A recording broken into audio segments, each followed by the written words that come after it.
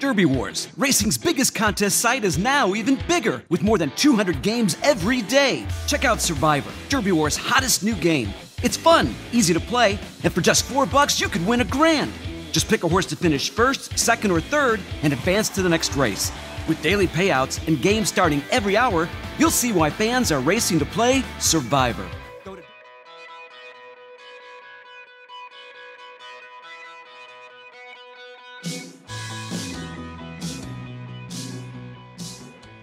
Welcome to another edition of HorseCenter, everyone. I am Brian Zipsy, and as always, I have the terrific pleasure of being joined by my co-host to the East Coast. That's Matt Schiffman. How are you today, Matt? I'm great, Brian. Let's get right to the show. I think we got one or two things to talk about today.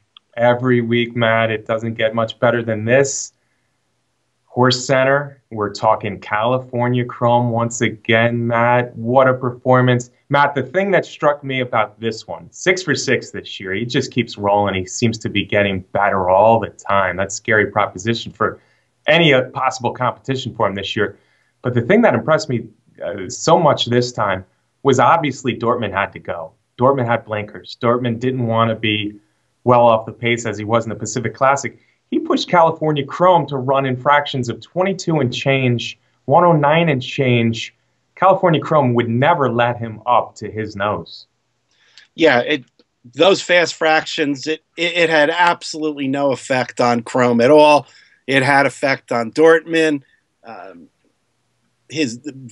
Victor is riding California Chrome, I think, with more confidence than he ever has. I think he had absolutely no doubt that whatever happened in that race, that Chrome was going to win.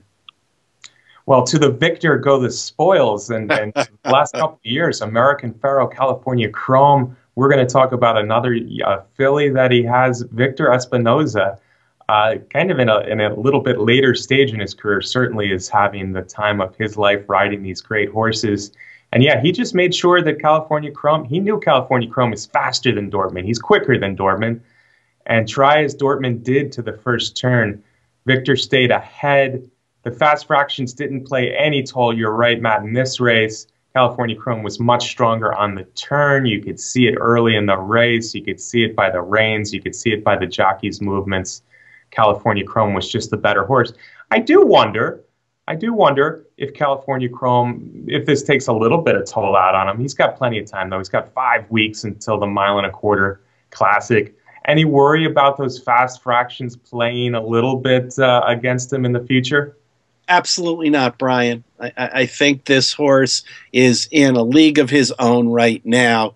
And interesting what you said about Espinoza. I mean, he really has become a big race rider. He pretty much is only riding horses in the biggest of races, and he is coming up strong in a lot of them. He really is, Matt. I remember he took a little bit of questioning after last year's Belmont Stakes, after last year's Pennsylvania Derby. I can't remember the last time, though, that he didn't ride a really good race in some of these big races. It's been impressive, not only from California Chrome, but from Stellar Wind as well. And, of course, American Pharoah was pretty easy to ride, I guess. But Victor's been on board for a lot of good stuff. Matt, let's take this opportunity with another big California Chrome win, the Grade 1 Awesome Again, which really is more or less a prep for the Breeders' Cup Classic. Let's take this opportunity to talk about the Horse of the Year race, or the lack of the Horse of the Year race. Now, I had somebody come up to me. I was at Churchill Downs Saturday. This was before California Chrome ran.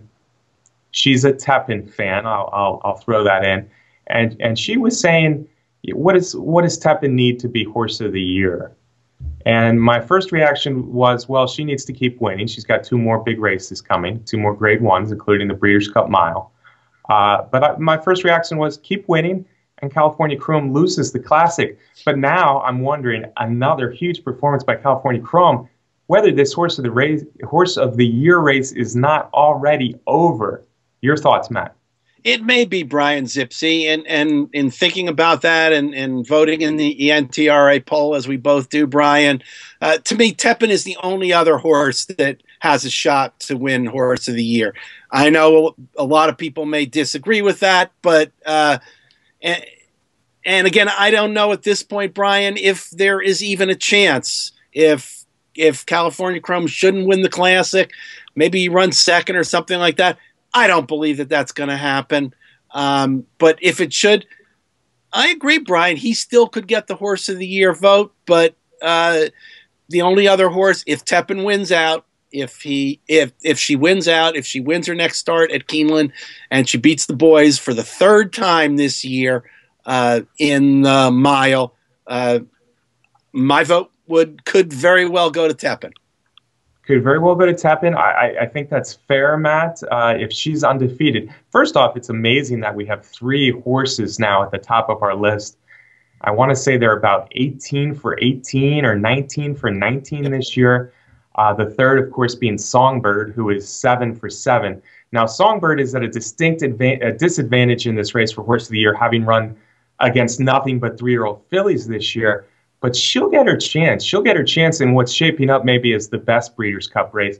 I might take that might out of there because I think the Breeders' Cup Distaff is looking like the best of all the Breeders' Cup races. We're going to talk more about that too, Matt. California Chrome loses the Classic. It could happen. Tepin loses the mile. It could happen. Songbird wins the Distaff against Stellar Wind and Beholder and Cavorting. Who knows? But California Chrome clearly, I think we agree, Matt, has a big lead in this race right now. Without question. And you're right, Brian. Imagine, right? Chrome, Tepin, Songbird. Wow, that's 3 unbelievable campaigns heading into the Breeders' Cup. And we're going to talk more about the Distaff later on. Yeah, California Chrome, Horse of the Year, Matt Dortmund. Dortmund is a very good horse. Dortmund is a very good horse. I'm not sure how good Dortmund would be in another year. Born the wrong year, perhaps born in another year. He loses races only when champions win. He's won everything else. He hasn't won yet this year, but of course, all 3 of his races are against California Chrome. So. Not a real big match for California Chrome the last 2 races. What Breeders' Cup race should he be pointed to? Well, I hope by this point they're going to look somewhere else besides the Classic with Dortmund, because you're right, Brian. You really forget all the great wins that Dortmund has in his career, because recently he's been running into American Pharoah and California Chrome, and it's been a little bit hard to get a win there. I say it's time to send Dortmund to the dirt mile, where he's going to have a better shot, better distance, without question, for that horse. I don't think 10 furlongs is the best distance for Dortmund. And hey, let's give him a chance to win that race. Give him a chance to win the race. It's a lot bigger race in the Classic, 6 times the money, a lot more prestige.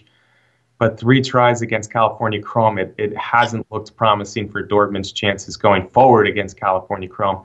Plus, his trainer, Bob Baffert, does have some other bullets in his holster, namely Arrogate, the runaway winner of the Travers. Dortmund would certainly be one of the horses to beat, maybe even possibly the favorite for the Breeders' Cup Dirt Mile, depending how that shakes up. Matt, I'm going to have another hypothetical question for you. I'm seemingly full of hypothetical questions this morning. Dortmund, the race you saw him run on Saturday in the Awesome Again, second to California Chrome, or Beholder and Stellar Wind. Now, we are going to look at the Zenyatta Stakes, another big win for Stellar Wind over Beholder. Great rivalry, great stretch duel. I have my doubts. I honestly have my doubts whether Dortmund beats those 2 if they had been running in the same race on Saturday. I think I agree with you, Brian. But again, I've kind of lost my fair perspective of Dortmund, because he hasn't had an opportunity to win and shine. And so it's hard to say. It's hard to remember back to seeing Dortmund coming down the stretch in front, as opposed to Stellar Wind with his great win and everything we've seen from Songbird. But interesting hypothetical question. Yeah, Dortmund, you're right. The magnificence of California Chrome has kind of thrown the focus off how good Dortmund is, and that may be a shame. But maybe we'll get to see it, much like we got to see Liam's map last year in the Breeders' Cup Dirt Mile. Now, getting back to that Philly Mare race on Saturday, I thought it was a terrific race. It's nice to see a real rivalry developing. I think that the rivalry is somewhat short-lived in that it probably will not live past the Breeders' Cup Distaff, although you never know. But we're going to see 4 consecutive races with both Stellar Wind and Beholder. Beholder, of course, won the first in the Vanity Mile, but the last 2 races kind of mirror images of each other. Maybe Beholder put up a little bit more fight in the last 50 yards this time in the Zenyatta, the Grade 1 Zenyatta, a race that Beholder had won 3 straight years, Matt. Stellar Wind said not this time. Victor Espinoza, again, was pretty aggressive with his ride. I was struck by how far ahead of good horses. Valdori, Terras Tango are serious mares, Matt. They were more than 11 lengths behind these 2 at the wire. Yeah, and that's a great point. That's how good Stellar Wind and Beholder are. But I tell you what, Brian, somebody please get Beholder off of the rail the next time they run. Much agreed, and Gary Stevens wasn't shy about it. He didn't want to sound like sour grapes. But yeah, in that situation, I think being on the outside is a slight advantage. She had to run a little farther than Beholder, but you kind of get the horse's measure there on the outside, and Stellar Wind has been up to the task in style in the last 2 races. Very impressive. Matt, a lot of people after the race, and I think these are people that have come to see what a champion Beholder has been lately. After the race, I saw a lot of comments pop up on my social media that this is proof that Songbird is going to win the Breeders' Cup Distaff. I am not ready to buy that. I am more impressed with Stellar Wind than any sort of disappointment I may have in Beholder. Hey, I don't know how you can say that. I mean, Songbird has been perfect, but Stellar Wind, come on, beat Beholder twice. The way convincingly, I know the finishes were close, but in my opinion, there was very little doubt in my mind that Stellar Wind was going to win those races, and she did. And I don't know, you put those 3 in the distaff, and it sure looks like it's going to set up better for Stellar Wind. Right, Brian? It looks like, in likelihood, Beholder and Songbird will be more forwardly placed, and Stellar Wind will make the last run. Yeah, I would agree with that in general, Matt, but I think, as you mentioned before, post positions are going to matter here. Beholder is tactical enough to sit in third. Songbird has proven tactical enough to sit behind horses. And obviously, Stellar Wind does not really want to wire the race anyway. So it'll be interesting to see the post positions in this race to see how it all breaks down.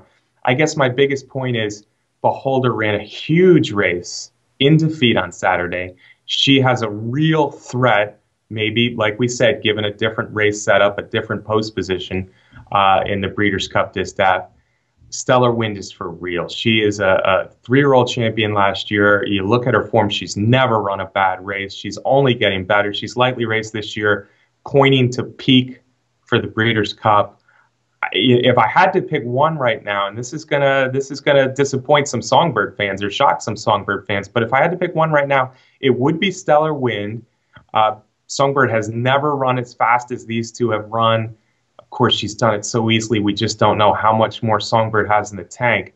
But to think that Songbird is going to dominate these 2 like she's dominated every 3-year-old filly in the country, I think is probably overestimating how good Songbird is.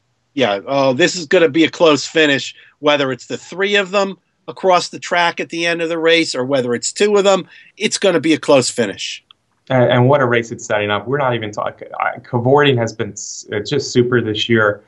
I think Forever Unbridled is just a better mare than people realize. I don't think she had race setups when Cavorting beat her in the last 2. She won as easy as pie in front of you in the Beldam there, Matt. I think if the pace gets fast, Forever Unbridled becomes a little bit of a threat.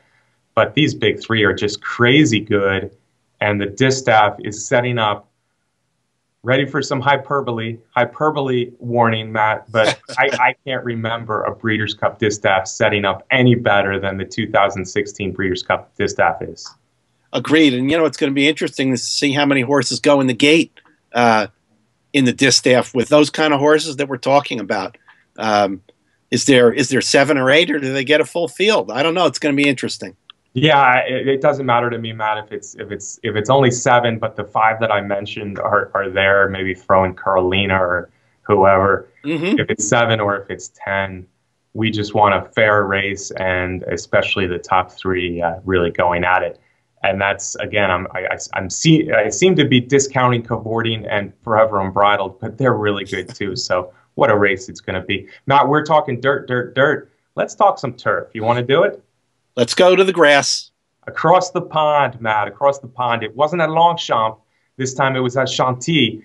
Longchamp getting a facelift. Chantilly is hosting the Arc for at least 1 year. And, Matt, I'm going to be honest with you. I bet a 3-year-old filly in the Arc last year, and she didn't have the greatest of trips, but she ran 9th. Luckily, I bet her again in the Breeders' Cup Turf, and she kind of saved my bacon that day. I'm talking, of course, about Found, and Matt, she just burst through a small opening in between the leader and Postponed and strode off to an impressive victory in the world's most important turf race.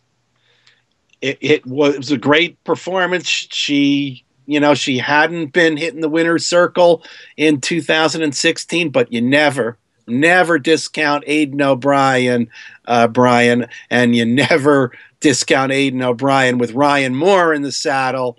And what an amazing accomplishment for O'Brien. The top 3 finishes in the Arc with Found, Highland Reel, and Order of St. George. It's going to be interesting, Brian, to see how many of them come across for the Breeders' Cup, where Aidan O'Brien has had so much success.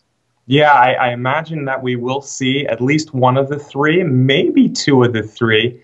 As of now, folks, Found is either pointed for the Breeders' Cup Turf or British Champions Day at Ascot, which is almost the European version of the Breeders' Cup itself. So it'll be interesting to see if she comes to defend her turf title. If she does, I think she rates a big shot. People had been talking that O'Brien had underachieved in the Arc, only having won once several years ago. Much like Pletcher in the Kentucky Derby, you only win 1 Kentucky Derby. What's the matter with you with all these chances? Then he runs 1, 2, 3, obviously emotional after the race. Probably the biggest training feat in a long time. I remember Dwayne Lucas finishing 1, 2, 3, 4 in a Breeders' Cup Juvenile Fillies many moons ago. Matt, only you and I are old enough to remember that. But O'Brien was on top of the world yesterday in France.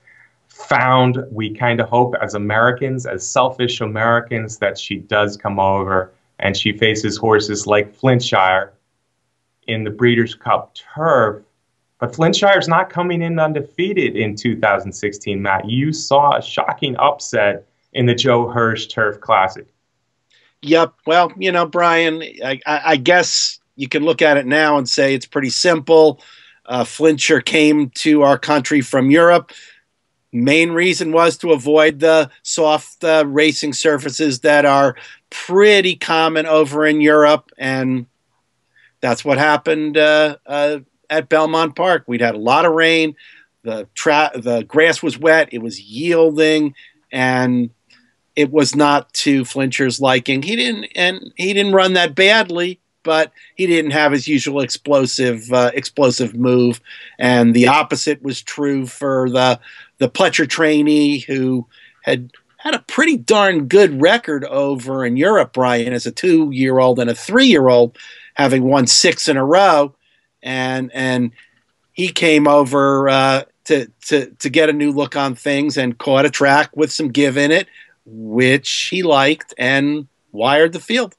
Yeah, it's strange to call him a Pletcher trainee. You don't think of these Europeans coming over and going to Todd Pletcher, but that's what Ecto is now. He had kind of gone off the boil starting with the Arc a couple years ago, but you're right, Matt. He was probably the best 3-year-old in France a couple years ago. So this is a classy horse. He had been rounding into form. It was a long way off from Flintshire kind of form, though, so it was a surprise. But yeah, it all boils down to that condition of the turf course. Flintshire came over for firmer turf, probably better pace structure in America than in European racing for him. And this race, I think we can draw a line through it. It'll be completely different what we see at Santa Anita's for the Breeders' Cup. Flintshire's the one to beat. Maybe a little bit of vulnerability. I thought Money Multiplier was closer to him than people realize in the last race. Money on Multiplier obviously didn't like the wet turf either. Flintshire vulnerable? Depends. I guess it depends who's in there in the Breeders' Cup. Now, much like Found, who had 5 straight Group 1 second place finishes and has a record of quite a bit more seconds than first, Flintshire, we got to remember, is the same way. His record has a lot more second place finishes than first place finishes, Matt. Yeah, without question. Before he came over in our country that last year in Europe, he had a long string of second places. He's got a second place in the Breeders' Cup when Main Sequence ran him down at Santa Anita in 2014. So that's no lock there for Flintshire. And as always, horses that have run in the Arc are always dangerous in the Breeders' Cup turf, and interestingly, usually it's horses that have not won the Arc that do well in the Breeders' Cup. Arc winners have not. Right. Although Found ran obviously very big in last year's Breeders' Cup turf and this year's Arc, we want to see a matchup headed by Flintshire and Found. And Matt, we will get some odds now on Flintshire. People seeing this loss, even though for me it's a draw line through it because of the course condition, completely different. All right, Matt, speaking of another Breeders' Cup race, let's talk a little Breeders' Cup Dirt Mile. I want to talk about Run Happy a little bit. The air, I was surrounded by the Run Happy crew before the race. It was kind of a festive atmosphere. They were all on edge, all a little nervous for his first race in over 9 months, excuse me. But so many Run Happy members there, the whole entourage, they all come out to see their horse run. They want to see their horse run in all the big races. The air was let out of their balloon a little bit with his loss in the ACAC. I think that it was a good prep race. What do you think, Matt? Well, I'll tell you, Brian, watching the race and coming around the turn, there was one point where Run Happy's rider, Edgar Prado, moved his hands a little bit, and Run Happy responded. And watching the race at Belmont in the press box, I said, "Oh, it's all over," because I thought that explosive move was coming from Run Happy, but that move was very, very short in duration. So I was a little disappointed in what I saw going down the stretch, and my summary of the race was, I think maybe this was a little bit of an overly ambitious first race back for Run Happy. Maybe I would have gone shorter first time back, but we'll see how it goes. Yeah, I wouldn't say it's overly ambitious as far as the spot, although I do think these horses are better than people realize, Matt. I think Tom's Ready and Iron Fist are both very good milers, and two horses that have a real shot in the Breeders' Cup Dirt Mile. You'll remember Tom's Ready winning impressively on Belmont Stakes Day, and the 7 furlong Woody Stevens beating a very good field. Iron Fist is a horse that I followed for a long time. He was a high-priced yearling, Jerry Hollendorfer's hatter. He just hasn't stayed healthy. This race, though, where he had to shift off the rail in the stretch and then rally to be second, shows me that Iron Fist is back. He was second, of course, to Frosted last year in the Penn Derby. Healthy, back in California. I think Iron Fist is a horse to really watch out for in the Breeders' Cup Dirt Mile, especially if he's 8-10 to 1. Having said that, I still think Run Happy has a good shot, Matt. It was a track that was drying out. I don't think it was a track that suits Run Happy as well as it could. Plus, it was a mile. He got beat 2.5 lengths. He galloped out well. Everybody's jumping off the bandwagon in a hurry on this horse, and I think that's premature. I think it was a good prep that he'll get a lot out of. There were some grumblings. I know that Prado didn't let him out enough early in the race, kind of kept the other milers in the race. I'm not sure I'm buying that. I think he came up just a little bit short. Maybe there's some truth to he should have opened up by 2 or 3 lengths on the turn.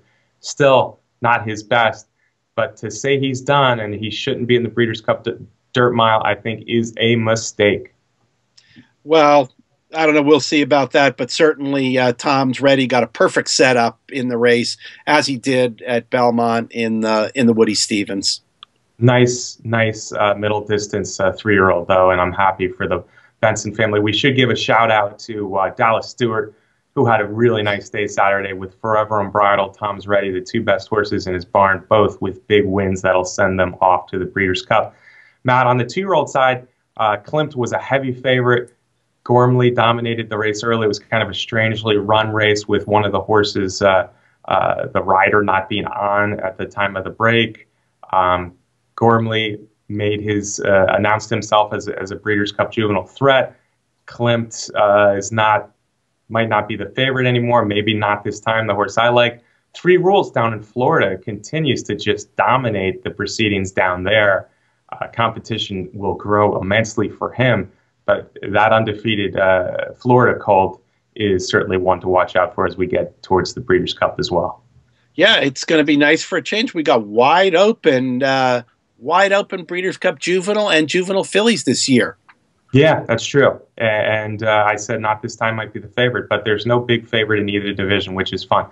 All right, Matt, a lot to recap from last week. We've gone through it. It was fun.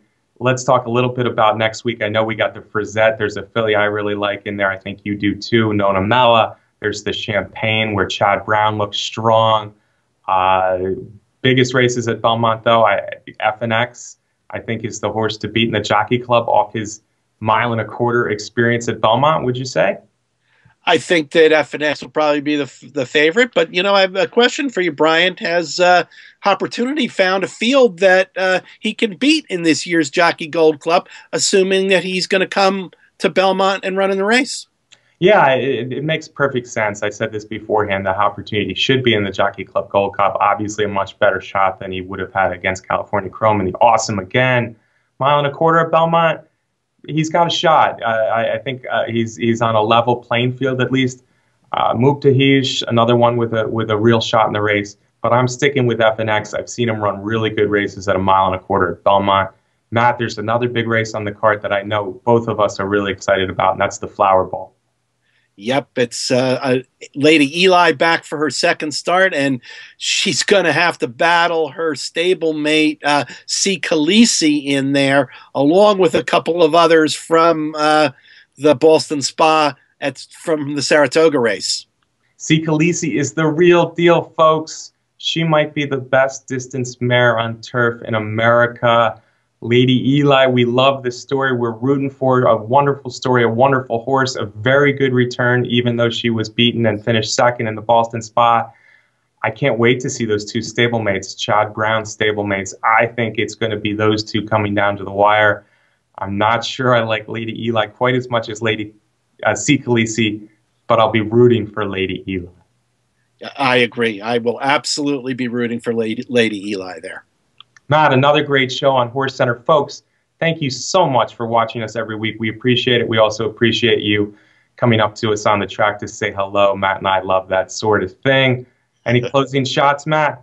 I got a couple. I want to thank our great producer, Brett Workman, for all the things he's been doing with HorseCenter.